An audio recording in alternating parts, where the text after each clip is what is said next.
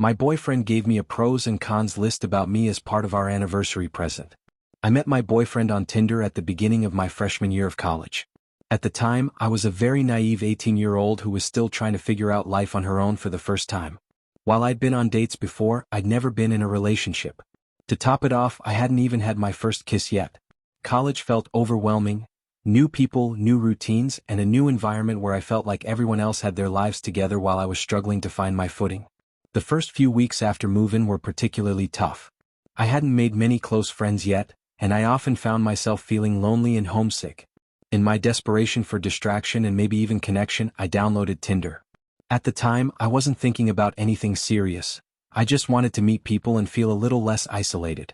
As I started swiping, I matched with a number of guys from my school, but one stood out to me almost immediately. He was a junior and I thought he was incredibly attractive. His profile mentioned that he was in a well-known fraternity on campus, one of the good ones that also had a bit of a notorious reputation. To my naive freshman mind, this seemed exciting and even a little glamorous. I couldn't believe that someone like him would take an interest in me. We started chatting, and after a few exchanges he invited me to a party his fraternity was hosting. I was nervous but excited. I didn't want to go alone, so I convinced a few girls I'd met during orientation to come with me. The party was overwhelming in every way: loud music, crowded rooms, and an atmosphere that screamed confidence and experience, neither of which I felt I had. Despite my nerves, I found him amidst the chaos, and he seemed happy to see me. He took me upstairs to a quieter part of the house and we ended up making out. It was my first kiss and I was over the moon. Looking back, I realize how inexperienced I must have seemed, because he didn't push for anything more.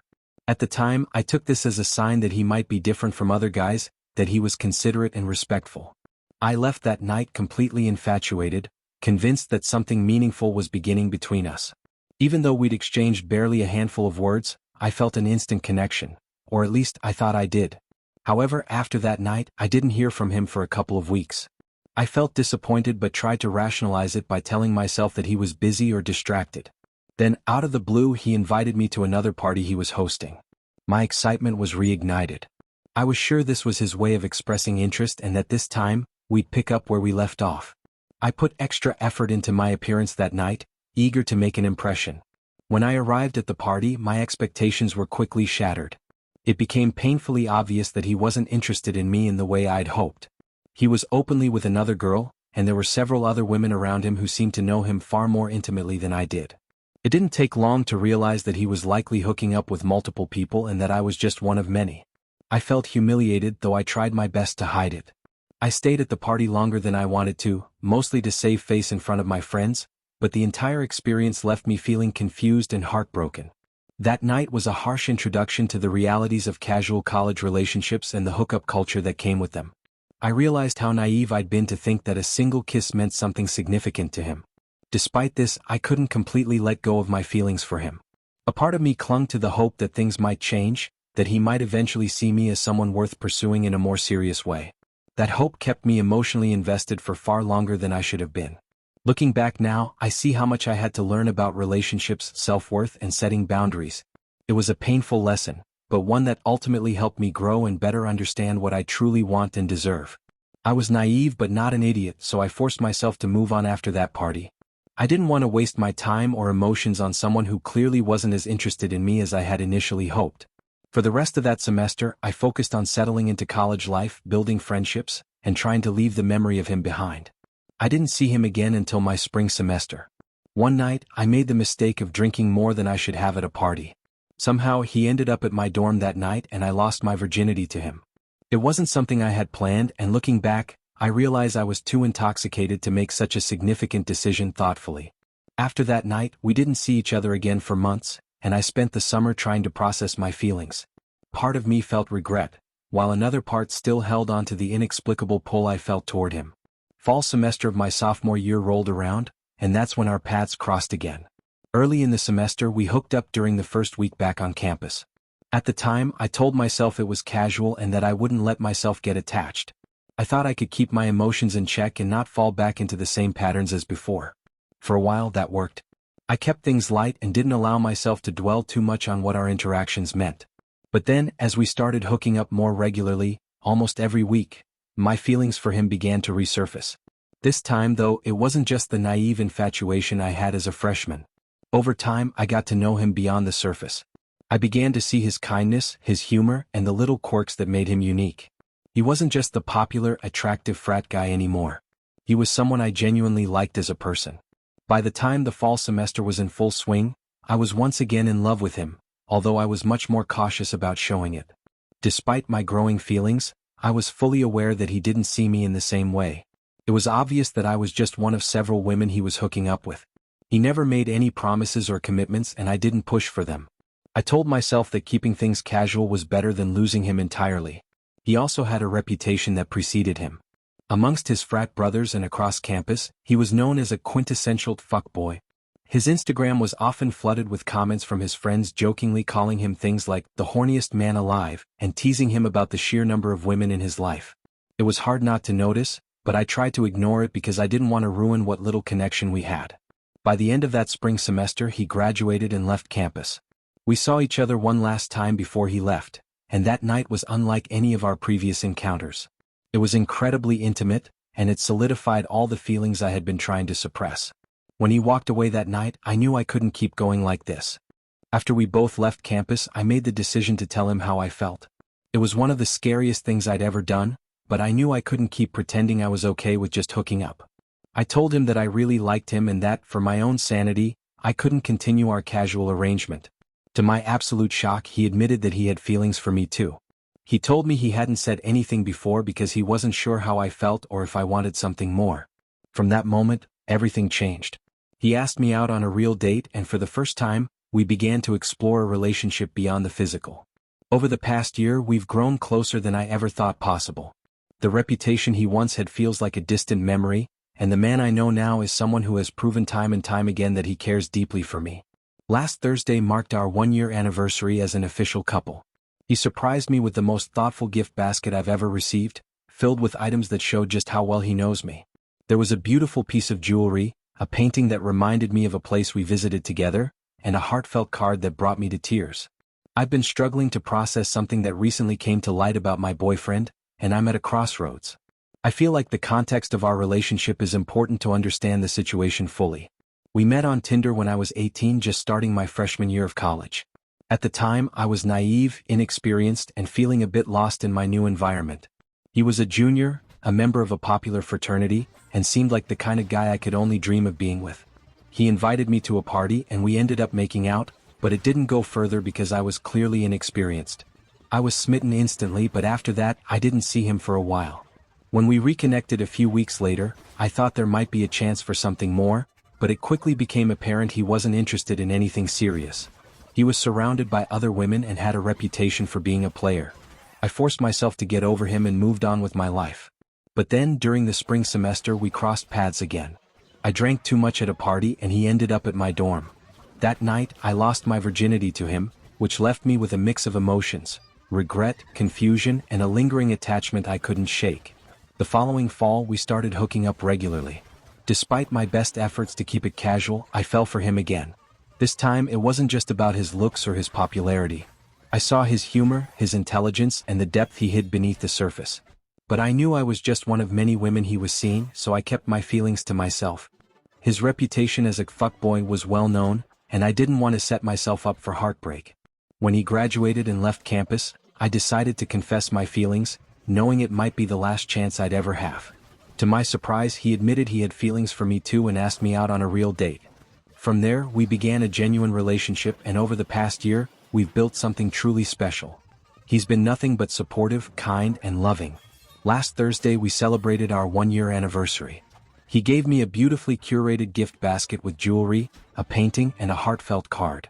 It was everything I could have hoped for, until I opened the card. Inside was a printed photo of a pros and cons list he'd written about me on a whiteboard. He explained that when I confessed my feelings, he wasn't sure what to do. He wasn't looking for anything serious at the time and was still unsure about pursuing a relationship with me. His brother had suggested making a pros and cons list to help him decide. Here's a paraphrase of the list. Pros: cute, great ass, good in bed, horny, likes me a lot, sweet, lots of friends, doesn't go out too much, close to her family, really smart and academically successful, good future ahead of her, definitely not a gold digger, would do wifey duties. Cons, kind of a slut, met on Tinder, frat rat, blacks out a lot, doesn't care much about her appearance, kind of nerdy. According to him, this list helped him decide to take me out to dinner and see how things went. That dinner was apparently the tipping point, and we've been together ever since. He showed me the list with the best intentions, thinking it was a funny anecdote about how our relationship began. But for me it was a gut punch. It hurts to know that he was so ambivalent about me that he needed to weigh my value on a whiteboard to decide if I was worth dating. I've been pretending to be sick since then, trying to process everything. Logically, I know that he didn't love me back then and that relationships often grow from less than ideal beginnings.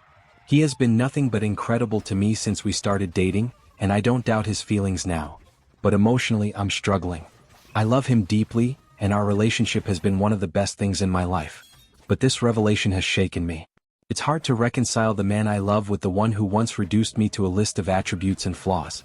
I don't want to let this fester, but I also don't want to cause conflict over something he clearly didn't intend to hurt me with. She posted an update. A lot of people seemed interested/invested in my last post, so I thought I would update. First off, I want to clear up a couple of things that seem to have caused some confusion in the last post. I'm aware that some of the things I mentioned were misinterpreted, and I wanted to correct that for clarity. 1. No, he isn't the only man I've ever been with.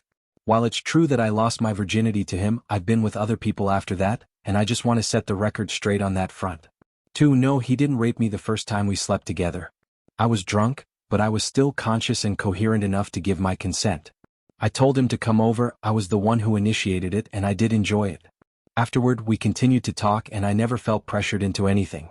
So I just wanted to make it clear that there was no coercion involved, and I don't want anyone to misinterpret that part of the story. 3. Lastly, I don't have any STDs. I get regularly tested and I've never had any issues. Even though we didn't always use protection when we were just hooking up in the past, I've never contracted anything from him, and we were both careful in that regard. Now onto the actual update. After reading all the comments and taking time to think about it, I've realized a lot of things about myself, my relationship with him, and how I've been justifying his behavior. The pros and cons list in particular was a huge wake-up call. It made me see how much he's always treated me like an afterthought, like a mere option rather than someone he truly valued. For the longest time I kept telling myself that I won him over, that I somehow conquered him, and that was why we ended up together. I thought that because he chose me after everything, he must have changed. But after seeing that list, it became clear that he didn't really see me as someone special or worthy of respect in the way I deserved. His settling for me made me feel like I was always second choice. The fact that he needed to make a pros and cons list to decide if I was worth dating or not just reinforced this feeling. It made me realize that, in his mind, I was probably just someone who checked off boxes for him, but he didn't truly value me as a person.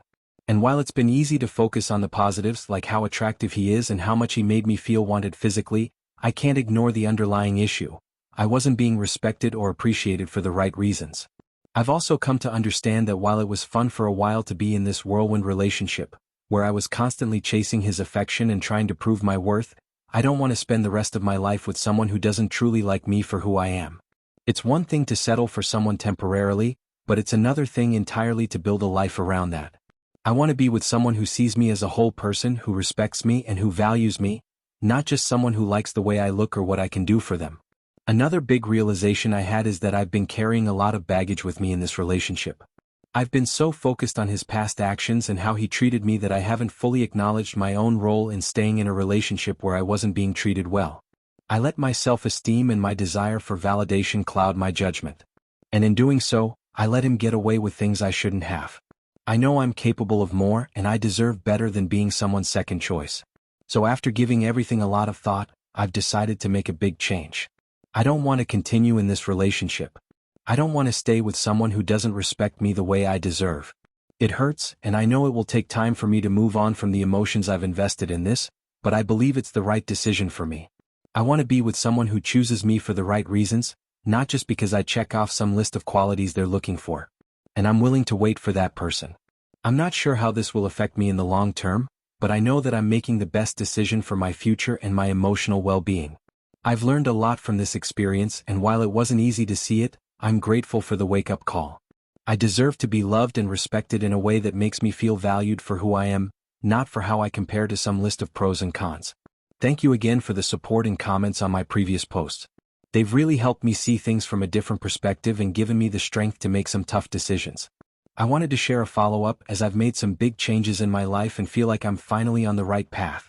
After all the advice and reflection, I decided to take the suggestion many of you made and write my own pros and cons list. I was hesitant at first as I didn't want to make a decision based purely on a list, but I realized that sometimes laying things out in black and white can be eye-opening. So, I took the time to really think about my relationship and everything that had been bothering me for a while. Here's the list I made just for my own clarity.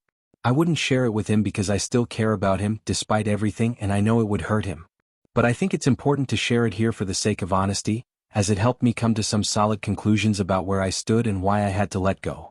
Pros: 6 feet 2 inches, big, attractive, popular, good job and makes a lot of money, close to family, can be sweet, pays for things, submissive. Cons: NPC, has no hobbies or interests, drinks a lot, clearly doesn't respect me, kind of stupid, not interesting, hardly an intellectual, not well read, don't have a lot to talk about together, friends don't like him, not good in bed. Seeing everything laid out like this was a real eye-opener. On paper, sure, he looks good. He's tall, attractive, and has a successful career. But the reality is, beyond that, there wasn't much substance. He didn't have any meaningful hobbies or interests, he wasn't intellectually stimulating, and our conversations often felt flat. What's worse, he didn't show me the respect I deserved, and I constantly felt like I was the one putting in all the effort to make things work. The more I thought about it, the more I realized that being with him reflected poorly on my own values. I had been overlooking so many red flags for the sake of his physical attractiveness and the fact that he had money. It was a shallow dynamic and I knew I couldn't keep ignoring it. I don't feel ashamed of myself for getting involved with him when I was younger. I was 18 after all, and it was a learning experience. But now, at this point in my life, I know I can do better and that I deserve more than just someone who looks good on paper but doesn't bring anything of real value to my life. This morning, I had the difficult conversation with him. We were sitting over coffee, and I told him that I couldn't continue in the relationship. I explained that I had thought a lot about everything and it just wasn't working for me anymore. He didn't get too upset, but I could tell he was caught off guard. He tried to convince me to stay, but I was firm in my decision. I knew I was making the right choice for myself and I wasn't going to settle anymore. After the conversation, I blocked him on everything. It wasn't easy, but I knew it was necessary. If I didn't, I had no doubt he would try to contact me soon for a booty call or some other attempt to keep things casual. I realized that I have to protect my own self-respect, and that meant cutting him off completely. It was the best decision for me and I'm feeling stronger every day. My friends were all incredibly supportive, and many of them are thrilled that I finally made the break. They've even organized a party for me tonight to celebrate. It's nice to know that they're happy for me and are celebrating this new chapter in my life. My family too was relieved. While they didn't hate him, they never really liked him, and I think they're just happy that I'm moving on to something better. They always thought he was a bit stupid in some ways, and I think they're glad I won't be tying myself to someone who didn't meet their standards either. It's not easy, but I know I'm doing the right thing for myself. I've learned a lot from this relationship and I'm grateful for the lessons, but I'm ready to move on and focus on my own growth. I know that there's someone out there who will respect me, value me, and appreciate me for who I am. And I'm looking forward to that future. Thank you again for all your support. It really made a difference in helping me make this decision. So thank you everyone for the wake-up call. I guess I will see how adult life without him in it goes. Let's read some comments. First comment was, "It's always sales. Every dumb person I know who has any success is dumb but pretty and in sales where people handhold them and give them favors. Men are additionally weird in that dumb sales brothers can end up in upper management, C-suite by way of being 6 feet 3 inches and traditionally attractive and social. No skills, no real knowledge about their industry. Just the tendency for other men to follow them because they are loud and confident and portray themselves as a certain way. And every last one of them, beyond parroting back words they learned from smarter people, are dumb as a box of bricks. Their entire lives are fake it till you make it, working entirely on perception." Second comment was, "My last boyfriend was a mimbo. It was like I was dating Ricky from Trailer Park Boys intellect-wise. He wasn't a bad guy, just very into himself and extremely stupid, like shockingly so. Eventually the novelty of a beautiful body and dick gets old when there is nothing going on upstairs. Overall would recommend the mimbo/bimbo experience at least once in your life. Third comment was, "Anyone who would make a pros and cons list of their spouse/significant other and then show it to them is an immediate dickhead in my book. There's a whole Friends episode of why this is an asshole move. Basically doing anything Ross Geller does should be questioned tbh." Fourth comment was, "Oh, we all have the he was so hot thong and the best sex ever though. My, he was so hot, though. Guy literally thought that hyenas were from a type of cat and a type of dog that did the nasty. His words, not mine. I thought he was joking. He wasn't. Showed him on Google. He still couldn't comprehend how hyenas existed.